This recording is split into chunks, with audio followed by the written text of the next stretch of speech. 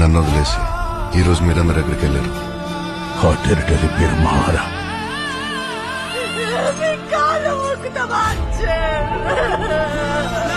కోళ్ల ఫారి లాంటిది. ఆహారమే విష్ణు రోజుకు కోడి మేరుకొని చంపేస్తాడు.